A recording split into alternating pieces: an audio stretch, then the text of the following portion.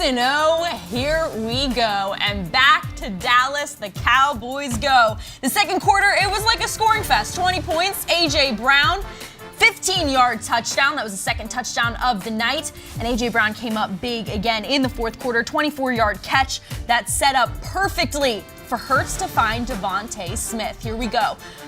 The snap, Hurts rolls right, finds DeVonta Smith wide open for the touchdown. How about this defense, though? Chauncey Gardner-Johnson, 2 interceptions. This was interception number 2 on the night, his 3rd in 2 games. Welcome to the Postgame Show presented by Ricoh. I'm Gabriella DiGiovanni, joined by Fran Duffy and Ike Reese. Ike, what do you got for us? Victory!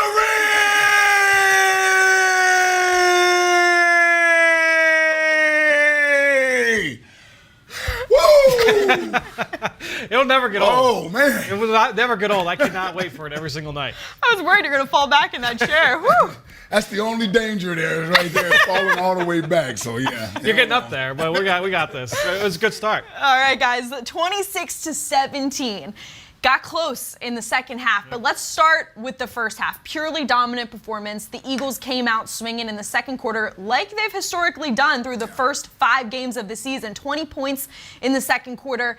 Let's start there. You could tell early that Cowboys offense was going to have problems moving the ball against this Eagles defense. They did a fantastic job in the first half, allowing the offense eventually to find their rhythm.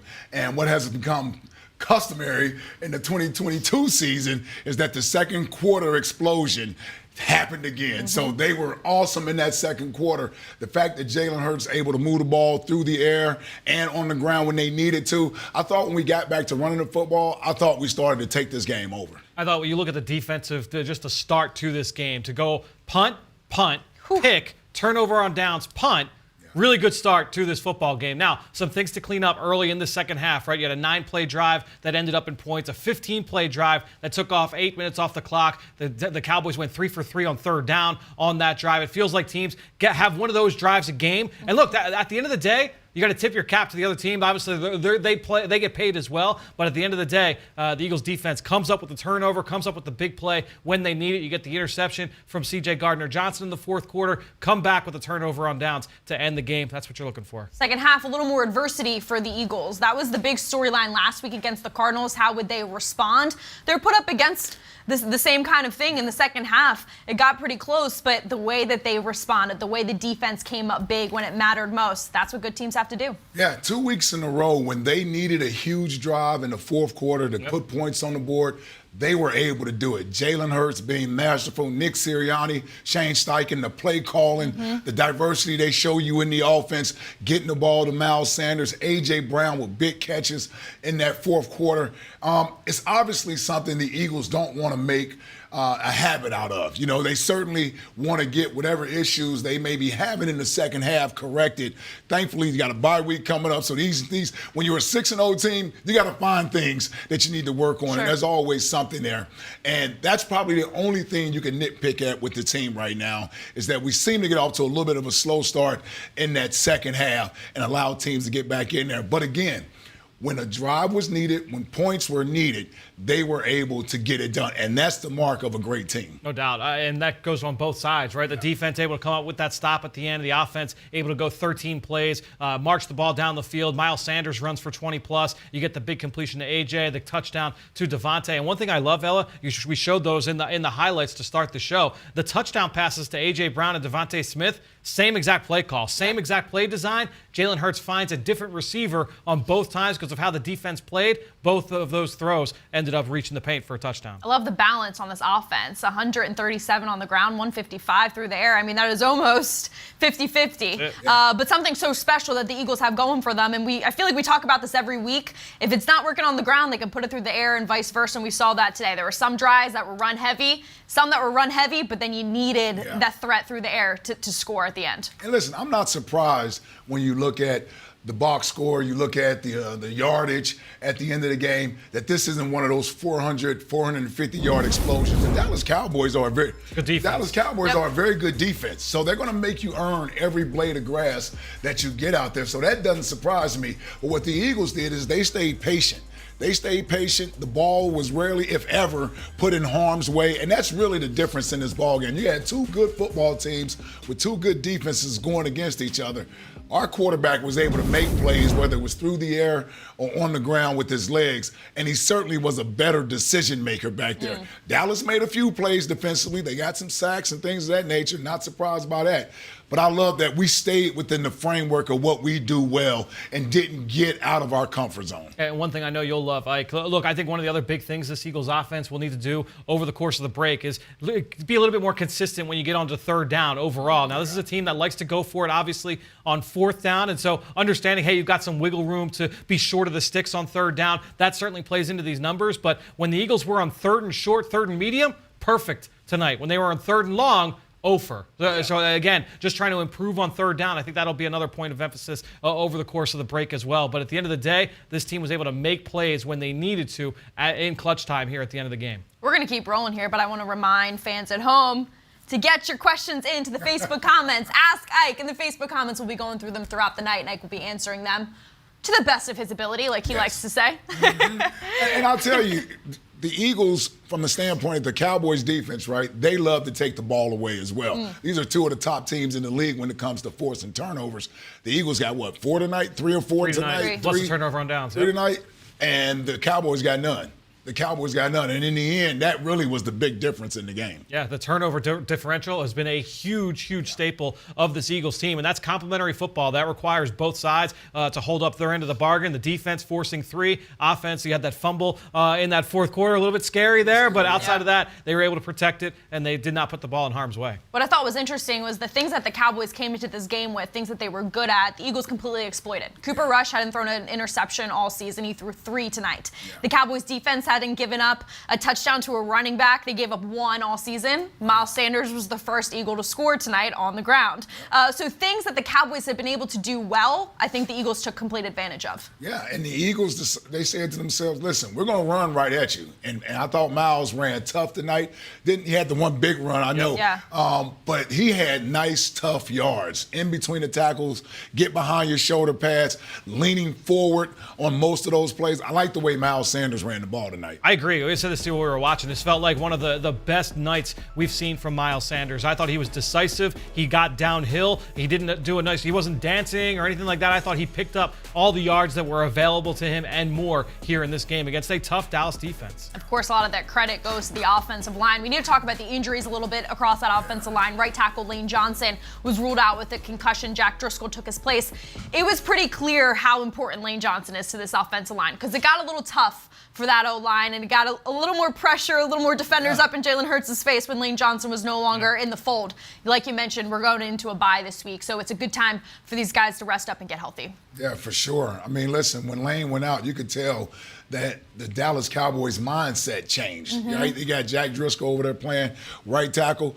Something he's uncomfortable with doing. The Cowboys, they're going to load up on that side and bring extra guys and try to create confusion over there. And that's really what happened in that third quarter. I think it took us a little bit of while to get our footing and settle down a little bit, whereas Dallas started getting a little momentum and they started feeling confident on that defensive side of the ball. And when you don't have 65 out there, as a defensive player, you're saying now's our time to get after Jalen. And thankfully, we got to the fourth quarter, settled down, and they took care of business. At the end of the day, when you lose a blue-chip player like Lane Johnson, your margin for error just shrinks just a little bit, right? And so that impacts both the run game and the pass game. I thought we saw that early in the second half. And then, of course, Landon Dickerson, he fell out later in the game, so Opeta took his place. But she got some snaps on that side of the football last week as well. So just things to keep an eye on as we keep going here, because this offensive line clearly is very crucial to this Eagles offense. But when we talk about this Eagles offense, A.J. Brown, he just came up in big moments today. Of course, having that touchdown early on, but the way that he's able to fight for those extra yards ends up paying off when you're trying to string together a long drive, Ike. Yeah, it reminds me a lot of a guy who played here years ago when I played here. He used to wear number 81. I was pretty good. It's one of the best receivers to ever do it. And I think A.J.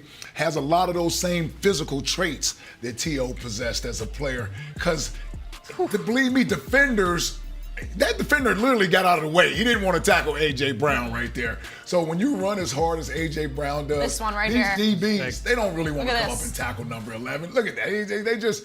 Those are courtesy waves at A.J. Brown, and they're waiting for the rest of the crew to get there to make that tackle. A.J. Brown, when a big play was needed, number one knows he's going to find number 11. Well, what was the question that you asked Dave in the kickoff show, Ella? You asked, what is the identity of this offense? What is the identity of this football team? And he said physicality. And one of the reasons why is when you have skill players like A.J. Brown, like DeVonta Smith, like Dallas Goedert, guys that are known for catching the football, making plays in space, that bring that physical dimension to the game, well, that's when you can call yourself a physical offense. The Eagles are certainly that. I mean, Dallas Goedert caught 2 passes, but I feel like he was all over the football field. If I looked at this box score and I thought he only caught 2 passes, I thought he was doing so much more out there because of the way that he plays so physically. But we're going to hear from Chauncey Gardner-Johnson first at the podium. The light's too bright. That's why I got the glasses on. I apologize. My grandma texted me. What'd she say? The Gramps? All right, I'll tell you what she said. I'm proud of you, baby. I told you what you wanted. Fly, Eagles, fly. Yeah, Gramps. All right, question. All right, let's go. What happened to your hand there, Charles? What happened to your hand? I'll be fine. When you went out, what was it? I'll be fine. CD man, that's your 3rd pick in 2 games. How were you feeling after that last one? I'm feeling better, getting better, adjusting still to the defense and just playing what coach tell me to play, really, and just put your eyes in the right spot, read your keys, and go get the ball. You know, I ain't played middle of the field in so long, so it feels good to, like, come out the middle of the field like a hawk and go get the ball. You feel more comfortable there now? I'm blessed to be there. I'm comfortable. I can't say too comfortable because once you get comfortable, you don't get better. So I think every day is a learning progress for me. You know, I still left some plays on the field, but it's still a lot of stuff out there that I can fix and clean up. But just being out there and adjusting to a new position is just it's amazing going out there and competing with 10 other guys, 53 other guys that love to win. And it's just amazing to me right now. CJ, what happened to your hand? I'm good. How did you get back in? I'm good. I play football. Yeah, so you're Soldier out. mentality. Soldier mentality. Yeah. Did it hurt when you caught the ball? Nah, I'm. Looked like you had it wrapped or something when you caught the ball. Soldier mentality. I don't know about that. I caught a pick. That's all that matters. It seemed like you were particularly excited by Meek's performance before the game. What kind of mood did that put you in? I tatted on my Dream Chasers. I've been a Dream Chasers fan since I was like middle school. You know, when he was making mixtapes, when he was on the block, with nappy braids. So just to have him come out there, you got to think about it. You'll never get a chance to really see a performance unless you got to go pay for a ticket. So him performing for one of our games kind of gave another little energy. Charles, your team's 6-0 now heading into the bye. I mean, how's that feel? You've never been 6-0 in that time. Played a lot of winning football, but it's just a learning curve. Like you said, you got every step, you got to get better. Like being the bye week is just not a relaxation time. It's time to actually focus in on your body, focus in on more what you can do to fix yourself. And so when you come back after the bye, you don't leave nothing on the field. So I think the best thing for us is just continue to get better on and off the field as a team, on and off the field when we watch a film, just like finding little things to fine tune so we can make this run into the postseason. What happened to the defense in the 3rd quarter when they were getting the long drive? What couldn't you guys stop? Dang, that's a hard question to answer. I can't say nothing we couldn't stop. It's just all on us. It's a team effort. So we got to just collect our thoughts. We still was running pretty high off of going in, 20-3? So you got to just focus in and just make sure that you still can play a full 4 quarters, not just 2 quarters of ball. Because you know what happens. It happens in the Super Bowl one time, you play 2 quarters of ball, let the team come back. You got to keep your foot on the throttle. Like I said on the sideline, you got to go from good to great. This is where the best go from good to great. So that's all we was preaching. CD, what do you enjoy most about playing with those 3 corners and then Marcus Epps back there? It teach me a lot. I mean, humble me a lot because, it's not about me. It's about the team. Everybody know me to be this talker, this flashy, but just playing with guys that got a chip on their shoulder and we all got the same goal in mind, it's a humbling experience for me because I had to swallow my pride when I first got here. And, Coach made me, he got on me about it, but it's all tough love, When Coach is talking to you, you got to take heed to it. And I think just listen to how they play ball. Like you said, all of us, this is our first time playing together. So I think it's just a blessing just to be a part of a humble group that, all young men just like to play ball and just focus on what we can do. Or Cannon, who got on you? What was What's that? Sirianni or Gannon, who got on you? It's all the coaches. All of them get on me when I think I was a new guy coming in, coming in loud, showboating, but it's like I'm not here to do a showboating job. I'm here to get better, improve, and help this team win. So I think the best thing I can do is continue to gradually adjust, gravitate to the group. Because like I said, I came in right before the season, so I really didn't have a full camp preseason. So I think I just being around them guys and understanding where they come from, how they play ball, is just a different. And I love it, Can't even complain, honestly. Along those lines, the text from your grandma, like to have a night like this in prime time with everybody watching. What does it When mean? you live good, you feel good, you play good, you do great. CJ, how is it that you can have so many new faces in the secondary come together so quickly? Like Coach say, that back end was put together, for a reason. And I think the main part is God really just helping us come together. Really want to thank God for just putting us all in the same room, because you don't get a room like that every day. Guys got the same attitude. They're selfless. They'll give up anything for you, or you'll give up anything for them. So I think the best part is just about being a professional and being a pro and actually being a man about your job and actually having to give up something to be great. Okay, thanks, guys. Thanks. Chauncey Gardner-Johnson, 2 interceptions tonight, his 3rd in 2 games. He just got here not that long ago, guys. The way he's been able to assimilate into the secondary has been so incredible to watch. Yeah, I've been impressed with this whole defensive unit. I mean, we spent a lot of time talking about the offense, and rightfully so, but they only added one new player to that side of the football, and AJ.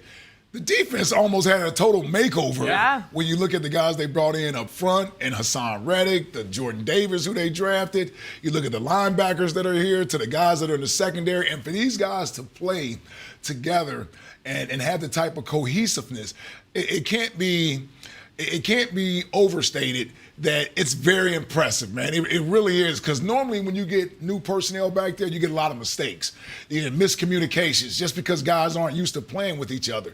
So to see all of these guys come together as quickly as they have. I mean, James Bradbury got here right before training camp. Yeah. He wasn't here for OTA. So, I mean, that's a testament, obviously, to them and the hard work that they're doing. But also, you got to give the coaches a lot of credit, because they found a way to at least put these guys in their comfort zone to make the transition easier for them. And that's the thing, is that he was very honest, I thought, in that press conference, of saying it wasn't always easy. And the adjustments that he has had to make, both as an individual and working as a group, with the rest of that secondary. It's been really impressive to watch that group gel. Getting Avonte Maddox back in the lineup, I think, was big. Yep. But you have all of these other guys, like you mentioned. You add in James Bradbury, you add in Kaiser White, Marcus Epps steps into a starting role for the first time in his career. So all these guys taking on new roles, you have new faces, and they're able to play and execute the way they are. It's a very, very impressive start to the year. All right, Ike, we have an Ask Ike question from the fans in the Facebook comments. Let's see what we got. I think we have the best secondary in the league. Ike, do you agree? I do. I mean, it'd be hard to find one that's better, especially when you talk about the entire secondary. Marcus Epps is probably the least known of the group back there, and he's having probably his best year of his career. And then you see CJ, he just came up with his 3rd interception and somewhat playing out of position. I mean, he came here playing more nickel than he did safety. So now he's learning a position on a new team. He's doing a great job. And then I already think the 3 corners, man, that's the best set of corners that we've had around here since – I got to go Al, Troy, and Bobby. Wow. I mean, you talking 2002 is the last time we had all 3 of those guys here before Al Harris went to Green Bay. So, yeah, that's 3 Pro Bowl caliber corners. And I think these guys have that type of capability. Yeah, and I think what I like most about it, too, is that you have all these different body types that can match up in different ways. Right. So no matter what a receiving core poses to you, you've got the answers for it in your toolbox. And you got to give Jonathan Gannon credit. The way that he's been able to scout a lot of these players that they picked up in free agency and realize that they have a role on this team within this defensive scheme is what's so impressive. Because like you said, CJ Gardner-Johnson isn't playing his natural position, but the way he's been able to come in here, JG knew he had something there, and the way he's been able to work him into his scheme is really impressive. It really is. It really is. And I tell you, the one thing that's been also impressive about Jonathan Gannon this year is that he's almost giving you a different philosophy or a different defensive scheme every week. He caters that to whomever they're playing against. And the reason why that's impressive is because it's hard to figure out tendencies when you look at the defense, whether it's from a personnel standpoint or whatever type of blitzes or coverages he likes to run. Because he uses so many players, it's hard for an offense to find weak areas in the defense. One thing that's been really interesting to kind of follow has been, we talk about all complementary football all the time, offense helping the defense and vice versa.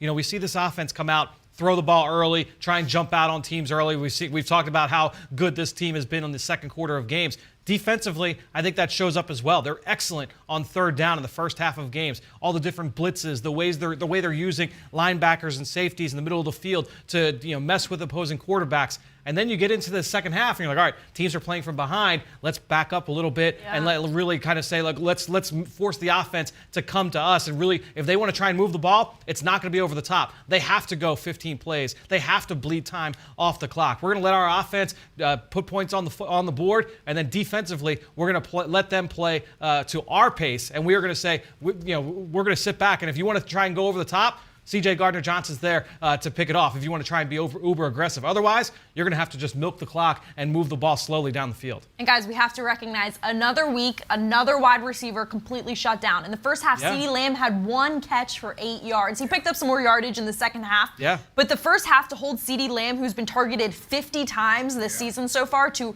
1 catch for 8 yards, that's some good football. And it's because these guys decided from the start of this game, we're going to get up in your face. We're going to get up at the line of scrimmage. We're not giving you a free release. I love the fact they played a lot of bump and run coverage out there tonight, really challenging not just CeeDee Lamb and Michael Gallup, but really Cooper Rush.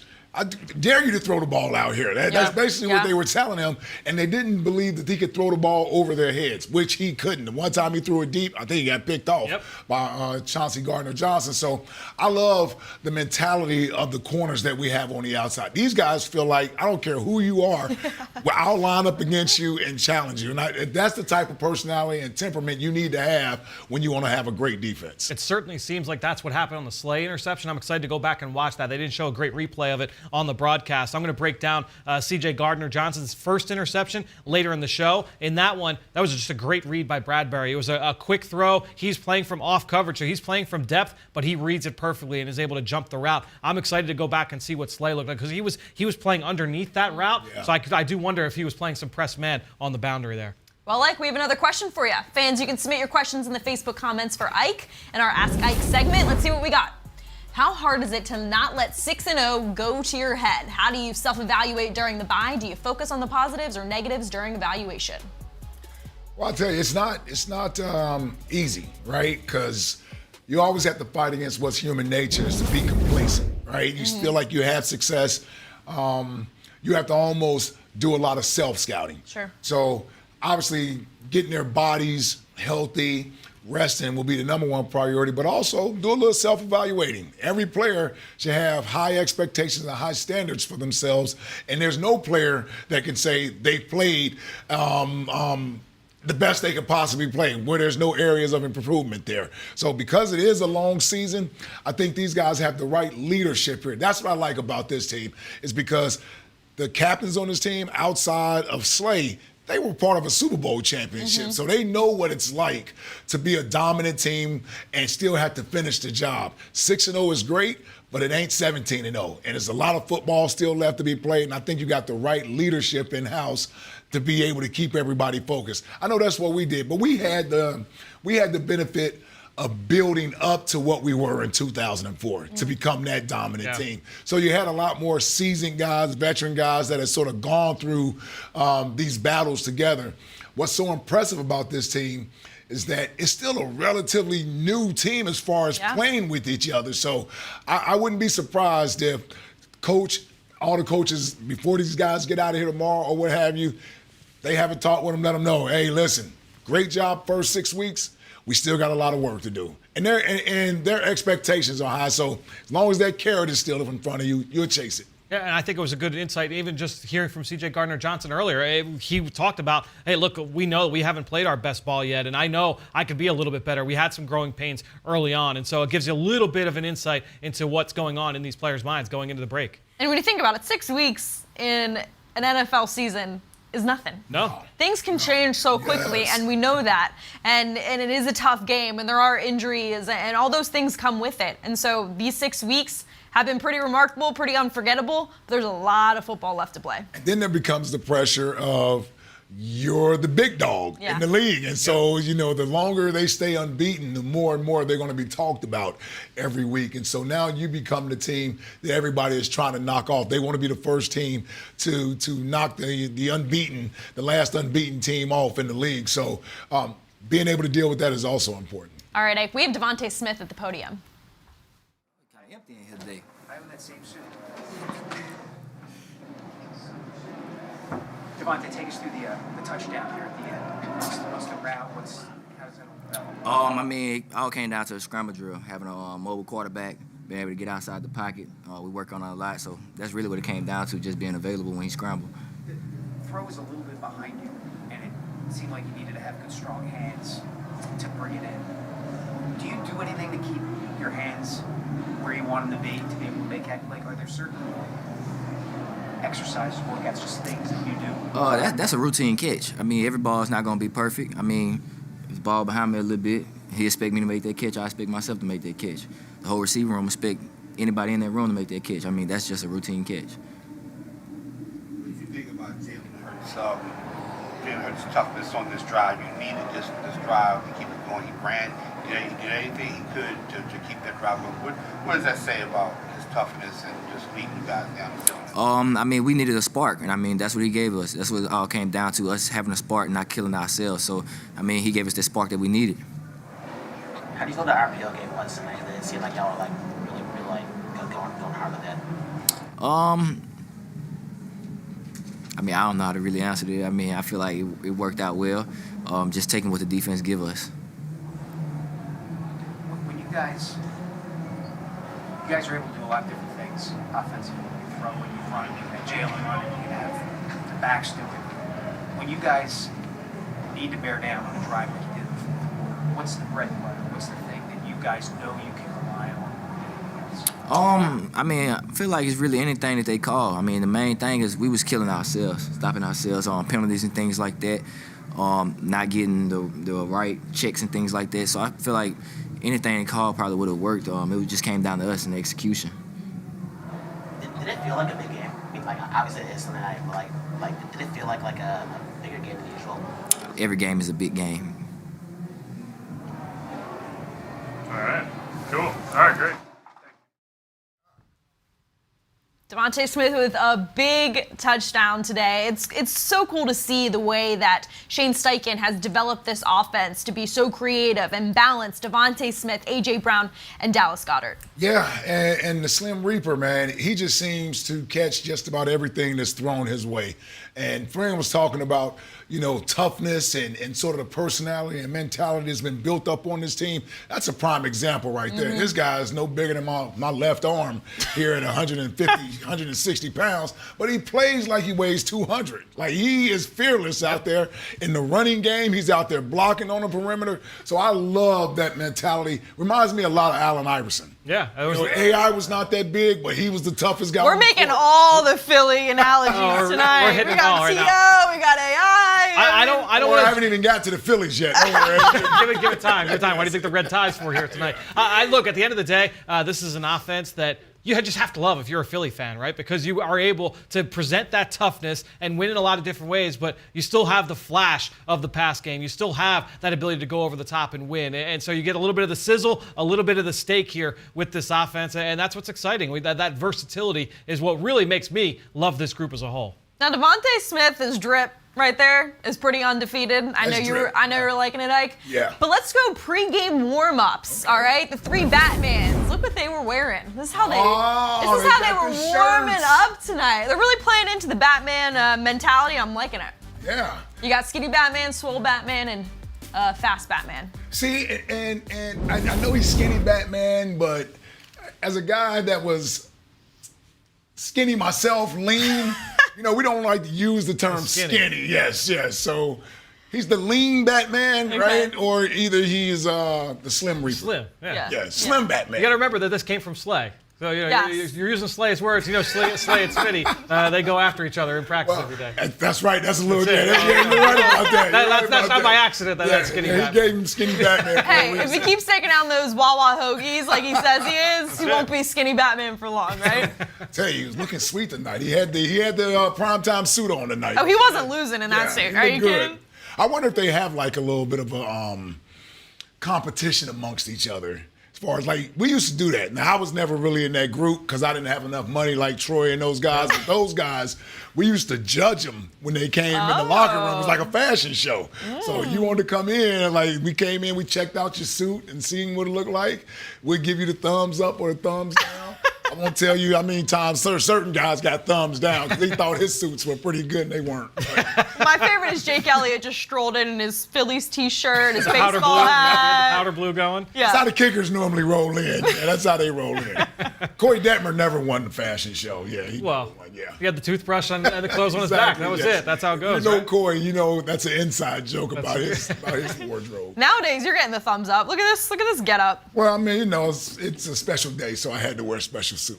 Would you like to share what the special day is? No, not really. Okay, I will. I'll share the special day. It is Ike's birthday, everybody. So be sure to wish Ike a very happy birthday. We won't tell them how old you are. We won't get into it. They could probably Google you, but happy 30th birthday. Yes. Thank you. 30. Yes. I like 30. Yeah. Happy 30th birthday. I like that. All right, this is what happens when the Eagles win. We get off the rails. We talk about outfits. Where do we go next? This defensive line. Let's go there. How about that? Defensive line tonight. I thought Jordan Davis showed some flashes in there again tonight. The defensive line with Cooper Rush back there, I thought we did a great job of really pushing the middle part of that pocket. So I thought our tackles played great. BG had the big hit late in the game that helped cause that interception. Tonight it was about that secondary. Well, this is one of those nights where we talk about how the pass rush and the coverage is sort of mirrored. So I thought the pressure that they got up front on Cooper Rush and some of the errant throws, I honestly thought he started seeing ghosts back there. He made a couple of throws where it was like who are you throwing that ball to? You threw it way behind him, and a lot of that came from he's worried about getting hit, so he wants to get rid of the ball first. Yeah, well, it's no question. It's one of those games where, go back a few weeks ago when the Eagles beat Washington, you have 9 sacks, and a handful of those sacks because of awesome coverage on the back end. So I'm excited to go back. Hey, 3 interceptions. How many of them were due to the rush? We saw a number of times where defensive linemen, Hassan Reddick got some good pressures. Josh Sweat, Brandon Graham, Jordan Davis, Javon Hargrave. So going through all of them, excited to see the pressure. All right, well, let's hear from Coach, Head Coach Nick Sirianni at the podium. All Philly guys in here? Yeah, let's go. Nick, you told the players that you made a mistake with the beat Dallas shirt last year, but now that you actually beat Dallas for the first time, does it feel any different? No. It's, again, our greatest motivation, right? Our greatest motivation is each other, right? And so that's why you guys asked me about bulletin board material, all those things. Like we got each other's back, and I said it last week. Like teams are either coming together or they're not. I mean, that's really the way it is. And this team's coming together, and they fight each week, and the motivation of not letting your teammate down, coach to player, player to coach, player to player, coach to coach, is like that's love, right? That's just the love that you have for your teammates, and like there's no greater motivation, right? There's no greater motivation than that. And so, man, this is a close team, and we're gonna keep working on getting closer. We're gonna keep working on getting better. Nick, you were yelling at beating Dallas, though. I mean, come on, let's be honest. You're gonna be honest, right? Always, Howard. Isn't it a little more beating Dallas? Hey, this is a great. There's no doubt that this is one of the best rivalries. Like this feels like Auburn, Alabama. This feels like Michigan, Ohio State. That's what this feels like. And so of course, like you want to win the games against the teams in this division because I mean this is what's so cool about this division. Like these are the hated rivalries, right? They're hated rivalries that that guys are still playing into, right? Sometimes I hear Michael Irvin talking about the rivalry that he has with Philadelphia. I think that's so cool. And I hear Eagles players of the past talking about how important this game is, with Westbrook and McNabb and those guys, like, and Vic, like, so I think that's really cool. Like, there's no doubt that's cool. Now, they all count the same, right? All of them count for one win, right? That didn't count for 2 wins. That was still one win. And so, our next biggest game is the next one, but it's sweet. Yeah, it's sweet because this is a cool division to be in. 13-play drive in the fourth quarter. What was the significance of that, and why so run-heavy in that situation? Well, you come out and you're in a lull. This happens in training camp. You'll hear me say this in training camp sometimes. It's like we're in a lull. And this is going to happen in the season. All it takes is somebody to make a play to get us out of this lull. And I've had these conversations with these guys in training camp before. Well, right, you lean on your best guys in that situation. And AJ made a big play on a short route, and he broke the tackle and went for a big play that set us up for the score. And then. But what was really sweet about it is we got to lean on 5 guys, right? We got to lean on the offensive line in that scenario. It's kind of what happened last week, right? When in Arizona, right? That long drive, we leaned on that offensive line. It's nice that we're able to make some plays in the passing game and in the run game and be balanced. But that right there, we leaned on the guys that we knew could make a play, and they just consistently made a play, up front. And Miles did a great job running it. Kenny did a great job running it in that one. I think Boston had a good run in that drive as well. And so you lean on what your strength is in that scenario to get you out of rut. Like I've been taught that from the very beginning. Like you're in a rut, get it to your playmakers. And our playmakers in that scenario was our offensive line. Yeah, you were yelling in the hallways you walked in. How about those Eagles? What do you think the national audience think about the team tonight? What's cool about playing Sunday night, what I learned also about playing Monday night or just playing in Philadelphia in general, that there's a lot of national buzz about the Eagles, and that's pretty sweet, right? You dream about, when you're in high school, you dream about playing in front of the stadium as crowded as it could possibly be, so everyone can see you on display. And same thing in college. And then what's so cool about Philadelphia is it's such a great sports town that it matters here, and it matters nationally here. And it's great just to see, be able to put that on display. Our guys made big plays, and it was great to be able to play. I know a lot of my friends in coaching watched it. A lot of my family members watched it. My brother in Jamestown, New York, is probably still up, stressed, and has to go teach 11th and 12th grade social studies on tomorrow. But he's still stressed. He's probably still watching. But it's pretty cool when you're able to play nationally in front of a national audience in Philadelphia. Great job, fans. It was rocking in there. It was rocking from play number 1, and that sets the stage. It sets the tone. And so it just carried over all week from Game 4. Was it Game 4? From Game 3, Game 4 in the Philadelphia with the Phillies. The Flyers getting 2 big wins this week, and into the game. So appreciative of our fans. You talk about those lulls, those ruts. What's it like for you on the sideline when you feel that coming? Is it something that you know you need to take it over and say? We know we got to play a complete game.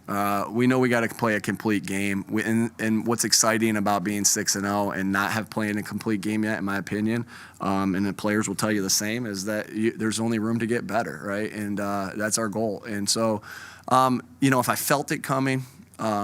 I'd try to do something about it. I'm not sure. I think every time we get ready to go for a drive, I look at the offense, I look at Jalen, and I look at AJ, I look at DeVonta, and I look at Dallas, and I look at that offensive line and Miles Sanders, and I'm like, we got a chance to go score right here, right? No matter what the situation. That's a heck of a defense right there. Man, that's a really good defense. Parsons, Lawrence, Diggs. Those are prime time. They're really good players. So they made it hard for us. But every time I have confidence going out there just because of who we got in that huddle. Nick, you had those option plays where you kind of got Micah Parsons in space. What did you like about that look and kind of like what worked there? Hey, sometimes it's like you can't block them, read them. I've said that before, and our guys did a good job blocking them in the run game. There's no doubt. And I didn't know how many sacks they have today. Yeah, so they did a good job in the pass pro as well. I felt like now they put some pressure on us at times, which that's what's going to happen with a good rushing team. But we're reading them at times, and we knew he had a groin that he was recovering from as well. But he makes it hard. He makes it really hard. That's a really, really outstanding player. Yeah. Nick, Moved the ball back with 25 seconds left in the first half. Had a couple times, 25 seconds left in the first half.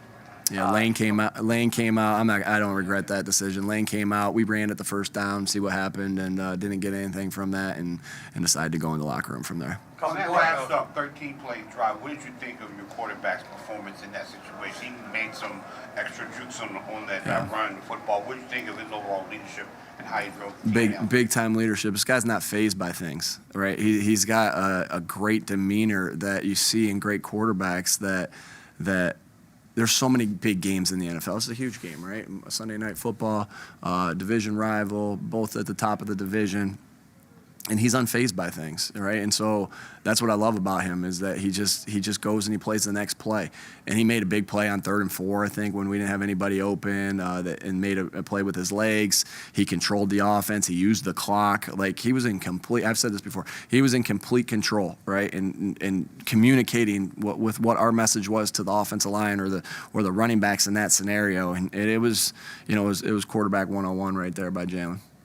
When Lane left out, did you feel like you guys had to significantly change your protections or to compensate? Of course, we're gonna. It's our job as coaches to make sure that we're accounted for in there. Again, we're playing one of the best pass rushers in the NFL, if not the best pass rusher in the NFL. Next to our guys, right? I take Sweat, and I'll take Hassan, and I'll take BG over anybody. But of course we're alert for it, but Jack Driscoll gave us some really good minutes, and we were confident in that, and so we talked about it a little bit, but we had a lot of confidence right there that we were going to be able to hold up because Jack has done that in the past. Last one, guys. Things got pretty heated. A minute to go, the NBC zoomed in on you, and like when they called timeout, you weren't happy with it. Oh no, not about the timeout. I was just mad about. I'm always going to stick up for our guys. Like I get animated. He should have called timeout right there, right, to keep the game going. I was mad about the extracurricular activity, and hey, I'm always going to stick up for our guys. You saw me, right? You may have saw me in the Jets game this preseason, and they hit Jalen late out of bounds, and I reacted very similar. And so there was. I'm sure we weren't angels in that confrontation right there, right? I'm sure that we had something to do with that a little bit as well. And there was a little scuffle right there, and I'm just going to stick up for our guys. That's just who I am. I love these guys. This is my family, right? I got a great family at home. I got great parents. I got a great wife. I got great kids. I got great brothers. But this is my other family, right? And so just like when my brother's team was 0-2 to start off, and somebody was making fun of my brother when I was in 6th grade, and when he was a senior, and I stuck up for him in that scenario, I'm gonna stick up for my guys in this scenario. And I know they know I got their back. I know they got my back, and that's what a team is. I love being a part of a team, right? It's so special, right? I'm 41 years old, and I'm still part of a team. I mean, that's unbelievable, and that's a great feeling. All right, that was my question. Okay. All right, we got to roll. You heard it from Coach. But earlier, before we went to Head Coach Nick Sirianni, we announced that it's Ike's birthday. So I hear some fans are taking to Twitter and Facebook to say happy birthday. Oh, wow, look what we got. Happy birthday to two of Philly's finest. That's Some of your guys at Sports Radio WIP. But Ike, we also have a little surprise for you. A little cake. Oh, wow. Look at Our friend Chris Malinich delivering the goods. Wow. Thank you, brother. Thank you. Victory! Yes. Thanks, Mel. Wow. There's your birthday confetti cake. Oh, man. But the deal is you got to share after the show. For sure. All right? We'll have cake and some Ike juice after. Sure, Yeah. yes. Yeah. Oh, that looks nice. All right. Thank you. We love Ike on the show. We couldn't do it without him. So Thank you. just a little cake to say happy birthday. Guys. More Do I need birthdays? to move it? Yeah, keep it over there. Do we have to stare at this? Jalen better hurry up, because I don't know if I can look at this the rest of the show. We got more people saying happy birthday. Other fans are chiming in to say happy birthday to Ike. Thank you. Love it. I appreciate it. It's Aloha and happy birthday, Ike. There you go. Yes, thank you. Happy Blushing, birthday. you just can't tell. You are kind of oddly silent right now, and I don't know what to do with it. Okay? Look at them flying in. The people love you, Ike. Thank you. I appreciate it. Thank you. Thank you.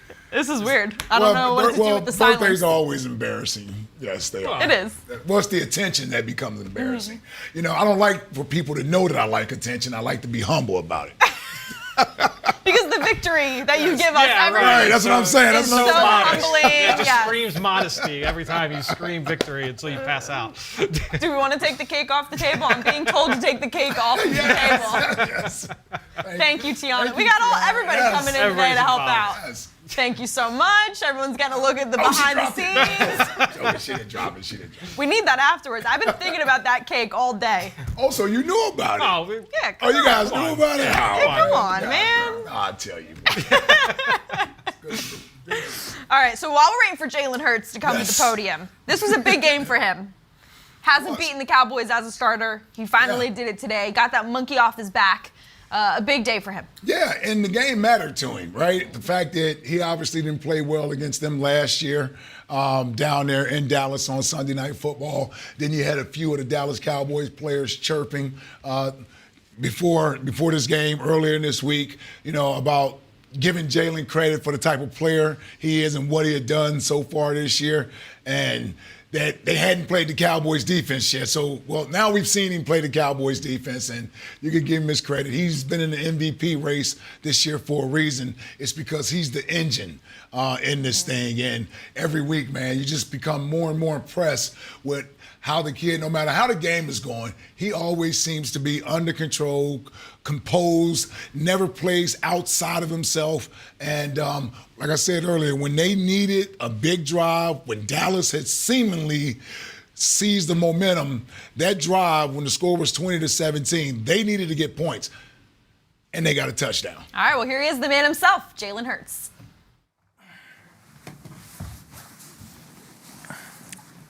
How about the start you guys had? How much of an impact did it have in terms of how the game was played today? Could you repeat the question? I'm sorry. The start you guys had, and talk about how much of an impact it had for tonight's game. I think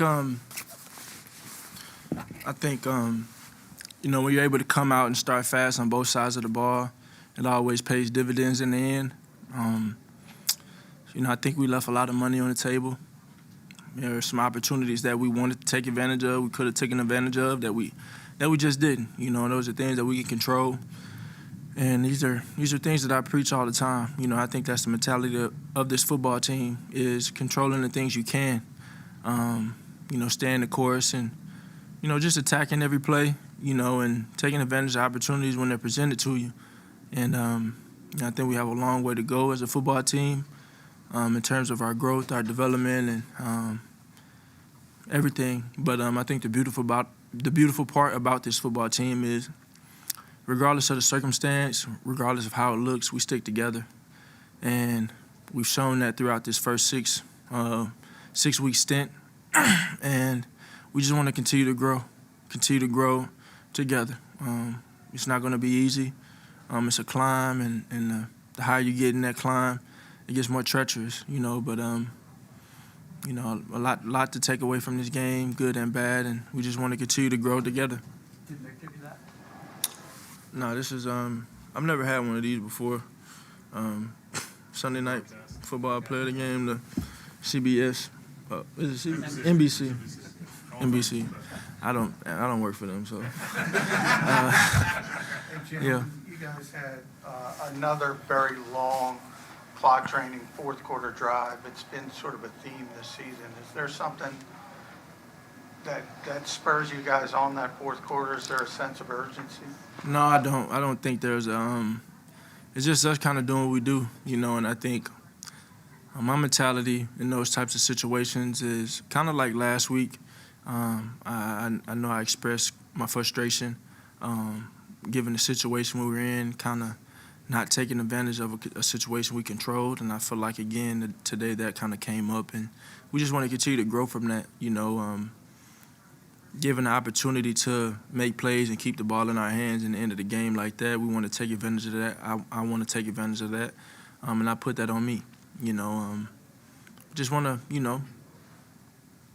kind of impose your will on them in the end of the game like that.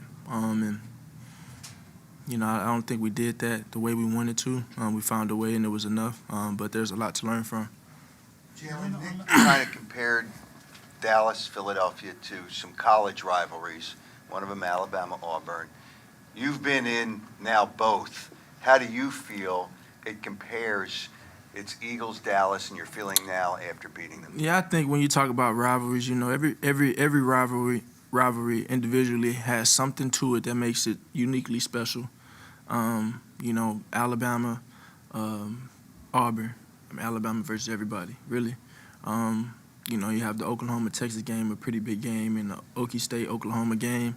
And here, you know, you see the passion surrounded about this game, and, you know, it's rivalry football. That's how it is at every level. So we just happy we got it done today. Jalen, on that last try that you were talking about, the last two plays were, was the 22-yard pass to AJ and then the 7-yard to DeVonta. Kind of what was going on at that point? Like, what did you see? Because up until then, you guys pretty much run the ball all the time. Yeah, I think we ran the ball really effectively today. And, you know, I think there were opportunities to throw the ball in the passing game. But I think when we did, for the most part, I don't know what the numbers say, but there's meat out there on the bone, if you will. There's money on the table left. But I think we made plays when we needed to, and that's what matters. In the locker room, a few guys mentioned the expression, who's toughest longest. And Jordan said that's something you say. What is the significance of that expression to you? Yeah, I think who's toughest the longest, who can control the things that they can the longest, who can stay the course, who can truly stay the course. And like I said, I think this football team today, we played together. Circumstances in the game changed. We had momentum change in the game. We had a lot of different things going in the game, but we didn't waver from what we wanted to accomplish. And we trusted in each other, you know what I mean? You know, you get in a situation like that, you kind of started off really hot, and okay, ball game's 20 to 17.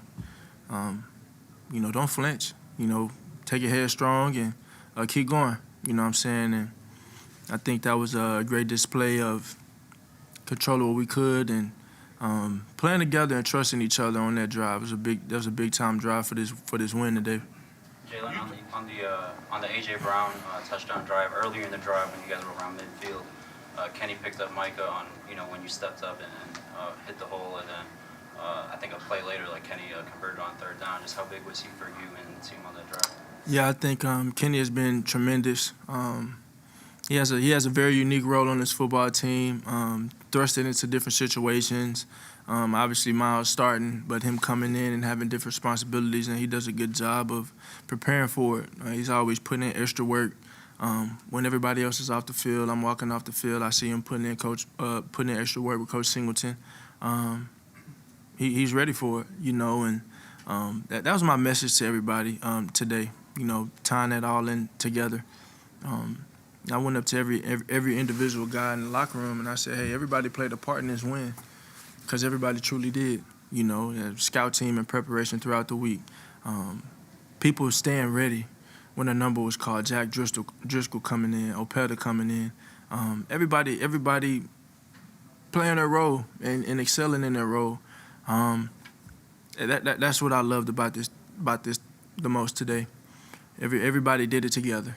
And, you know, no man is an island. You must draw your strength from others. And we definitely played together as a football team, and we were together. We were together. In these last couple of weeks, you've led this team on a game-winning drive or drive to kind of close out the game. You mentioned earlier something about imposing your will. Is that the thing? Is that the mentality you approach those drives with? Most definitely. You wanna? I think about Michael Jordan when he said, "Put him away, MJ." I want to put him away. You know what I'm saying? You want to put him away. You don't want to give him an opportunity to make it a close game or get an opportunity to have the ball in their hands. And that's the mentality we have, and there's different ways to do that. You can be aggressive, throw the ball, you can run the ball, whatever it is, but you have to be able to do it efficiently. And I feel like we've done that throughout 6 games sometimes, and I feel like we haven't at times, but it's always been enough. So, you know, when the standard hasn't been met, you know, I'm not satisfied with it. You know what I mean? So it's a lot to learn from that. We'll just continue to excel in that area. Jalen, how much did you carry the last year's loss against the Cowboys with you, and use it on this stage? There wasn't anything more than that. You know, I try to treat every game independently. You know, you'd be naive to think that I hadn't, you know, remembered that. I try and find value in all of my experiences, you know, and that was a valuable experience for me. I know after that game, you know, the next week we played Kansas City, and we were pretty efficient on offense, taking away the touchdowns we had called back. But you just want to, you know, find value in every experience you have, and I think this team was hungry for it, eager to come out here and play in the big time game. And I look at the people in the locker room, and this is what amazes me, and this is what I love about it the most is when I'm talking to the guys breaking the huddle down. Like, I feel their energy, I feel their hunger, I feel their unsatisfaction, I feel all of this. And a guy in my shoes, that's what I love, because I know that I have guys around me that's gonna step. I got guys around me that's gonna go regardless, and they know that we have to do that together, you know. So we've kind of built this mentality. We've built this this sense of not being satisfied. We've had that, you know, and we'll never take this feeling of winning for granted. But we're always gonna be hungry. We're always gonna be eager to fix the things that we need to fix and grow. It's a journey, you know, and we take that journey head on, and we just want to learn from it every day. Okay, thanks, Joe. Thanks, guys. That'll be it today. That's your quarterback, Jalen Hurts. Earlier in the locker room, A.J. Brown spoke to reporters about what it felt like to play in his first Eagles-Cowboys and all his thoughts surrounding the atmosphere tonight. Let's take a look. That atmosphere, that was like the best atmosphere I played in. That was a regular season game, you know? And we was, before, like when Meek came out performing, I'm talking to Smitty and Quez. I'm like, man, this is a regular season game. This feels like the playoffs or something.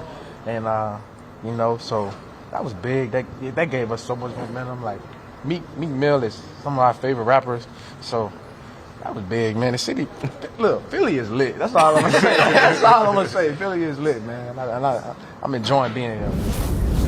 A.J. Brownie mentioned Meek Mill. Here he is. Super excited to be in the house tonight. A lot of celebrities, a lot of star power at the link. Yeah, I mean, I think he got his sons with him. He got the ball. That's the ball Slay gave him? Yeah, Slay gave him special the ball delivery, it says. Tonight, so yeah, big time, man. This is when it's fun. It's fun to be an Eagles fan. You know, this is already a major city. There's a lot of celebrities, a lot of entertainers, whether they're singers, actors, actresses, rappers such as Meek Mill. When you got the Eagles going the way that they're going now, everybody wants to be a part of it. So it's a party over at the link. And the one thing about this town, it's a football town. Mm-hmm. It's a football town. So I love just looking at the social media, and you get the celebrities that are from this area on there talking trash to their celebrity friends that are fans of the Cowboys. Like none of them came out tonight. None of the Cowboys celebrity fans came out tonight. Soccer. Yeah, right. To me, the look from A.J. Brown, my big takeaway, we saw the play strength with him show up. We talked about how big he is, how physical he is. After the catch, we saw him as a blocker, but the strength he showed in that press conference, holding that chain on his neck, man, that thing was gigantic. That's drip. They call that drip. The young folks call that drip.